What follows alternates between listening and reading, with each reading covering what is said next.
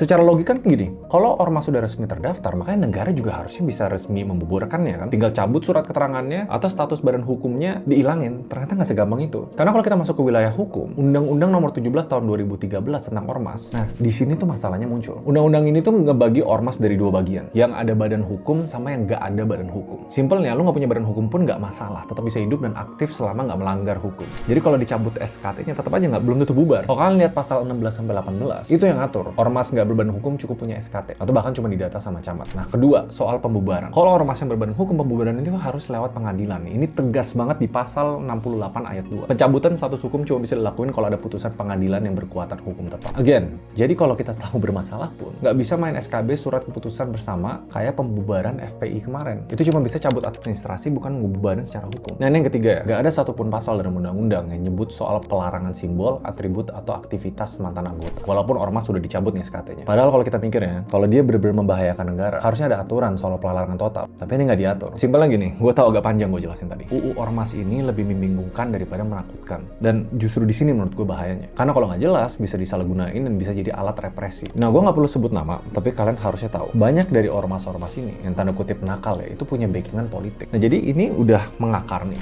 Negara tuh diem karena nggak bisa atau nggak mau. Ini kenapa akar masalahnya tuh bukan ormasnya kebanyakan atau hukum yang lemah, tapi ada yang disengaja bikin sistem ini abu-abu. Jadi solusinya apa? Solusinya ya bukan bubarin, tapi gimana cara beresin ini secara tuntas.